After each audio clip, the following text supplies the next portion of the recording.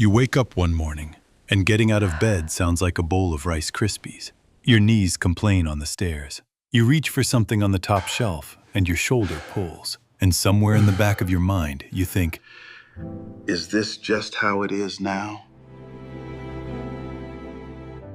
stop right there. Because at that moment, that exact feeling is not your age talking. That is your body waving a red flag. And the message is not that you are getting older. The message is 5 movements have gone missing from your life. And here is the thing most people never find out. The moment you bring them back, your body starts responding in ways that will genuinely surprise you. Not in years, not after months of grinding at the gym. We are talking weeks. And here is what many people in their 50s and 60s start noticing when these movements come back into their lives. Things that felt stiff start feeling a little more fluid. Mornings get a little easier, and somewhere along the way, they stop feeling like they are fighting their own body. That could be what reverse aging looks like for you, and that is exactly what we are exploring today. Movement number 1, hip hinge. Let's start with a movement your body was designed to do every single day, but that most people over 50 have almost completely forgotten. It's called the hip hinge, and before you think that sounds like a gym exercise, it's not. It's the most natural movement in the human body. It's how you pick something up off the floor, how you load the dishwasher, how do you reach into the back of the car. The problem is this. Most people over 50 have stopped hinging from the hips and started bending from the lower back instead, every single time. And that small shift, over months and years, is one of the biggest drivers of chronic back pain, hip stiffness, and that feeling of being locked up in the morning. Here is how a hip hinge works. You stand with feet hip-width apart. You push your hips back, not down, back, like you are gently closing a door behind you with your backside. Your back stays long and straight. Your weight shifts into your heels. And then you come back up, driving through the hips. That's it. For women especially, this movement matters beyond just the back. As estrogen drops after 50, hip joint health becomes increasingly vulnerable. Keeping the hinge pattern alive is one of the most direct ways to protect that area long-term. Start with 10 slow repetitions in the morning. No weight needed, just the movement. I'll be honest. For years, we told people, just don't lift with your back. We said it like a mantra. What we forgot to add was, then teach them how to use their hips instead. That part somehow got left out. What I see every week confirms it. Someone comes in with lower back pain, and very often, the hips are involved too. When the hips stop moving the way they were designed to, the lower back quietly takes over, and it was never built for that job. The hip hinge gives the movement back to where it belongs. If you are dealing with existing back issues, please check in with your doctor or physio first. But in many cases, this is exactly the kind of gentle movement we would recommend anyway. Movement number 2, overhead reach. When did you last reach both arms fully overhead? Slowly, with control, feeling your whole spine lengthen. For most people over 50, the honest answer is a long time ago. And that matters more than you might think. The overhead reach is not just a shoulder movement. It is a full chain reaction from your hips through your spine all the way to your fingertips. When that chain stops moving freely, the upper back rounds forward, the neck stiffens, and breathing becomes shallower. That slow forward collapse that we associate with looking old, it starts here. Stand with feet hip-width apart. Raise both arms slowly overhead, palms facing each other. Think length, as if someone is gently pulling you taller from the crown of your head. Hold 3 seconds at the top. Lower slowly. 8 to 10 repetitions. For men over 50, this one is particularly important. The shoulder joint weakens significantly with age and inactivity. A daily overhead reach keeps those structures engaged and reduces injury risk. Movement number 3, tandem balance hold.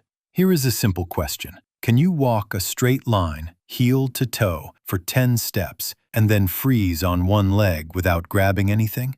If that sounds harder than it should, you are not alone, and you are not imagining it. Balance starts declining in your 50s faster than almost any other physical ability. And the dangerous part is that it goes quietly. You do not notice it until you stumble on an uneven surface or find yourself reaching for a wall that was not there before. The tandem balance hold combines two things: dynamic balance while moving and static balance when you stop.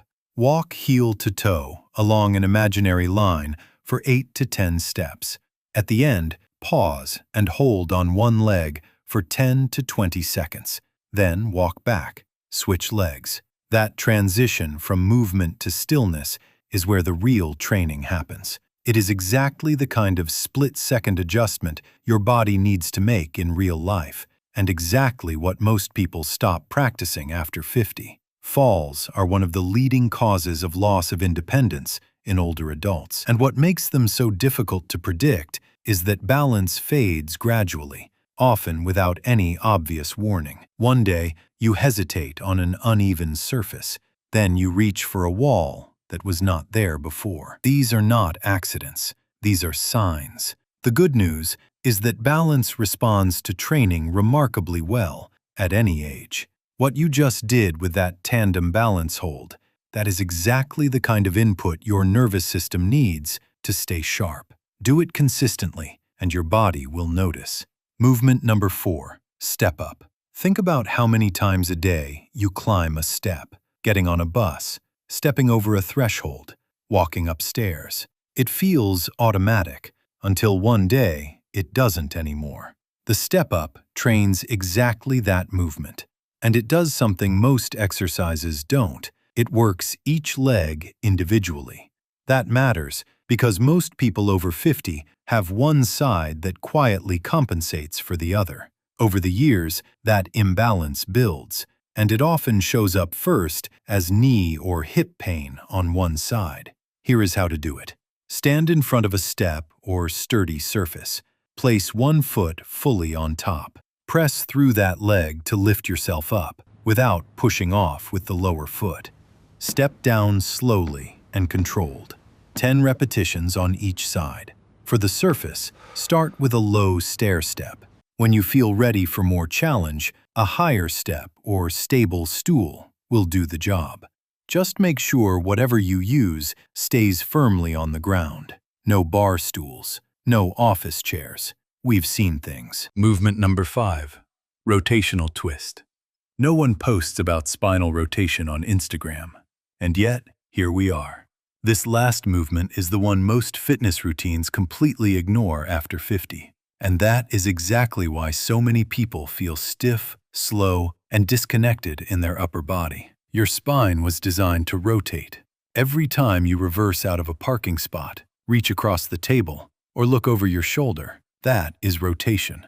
And when it stops happening freely, the body starts compensating. The neck takes over, the lower back takes over, and things start to hurt in places that have nothing to do with where the real problem is.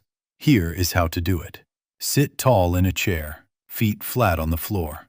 Place your hands on your shoulders, elbows out. Slowly rotate your upper body to the right as far as feels comfortable. Hold for 2 seconds. Return to the center. Rotate left. That is 1 repetition. Do 10 on each side. No jerking, no forcing. The movement should feel like an unwinding, slow, deliberate, and controlled. Something worth knowing about this movement. Rotation is one of the first things the body gives up when stress hormones are chronically elevated. And after 50, that happens more easily than most people realize. In both men and women, though for different reasons. In men, declining testosterone affects muscle recovery and tension patterns throughout the spine. In women, the drop in estrogen can increase inflammation in the joints, making rotation feel uncomfortable or even painful.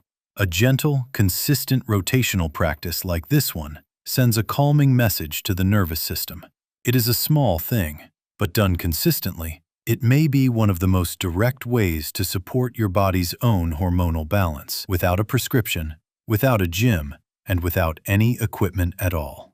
These 5 movements will not transform your body overnight, but every time you do them, you are sending your body a message. I am still here. I am still moving. I am not done yet.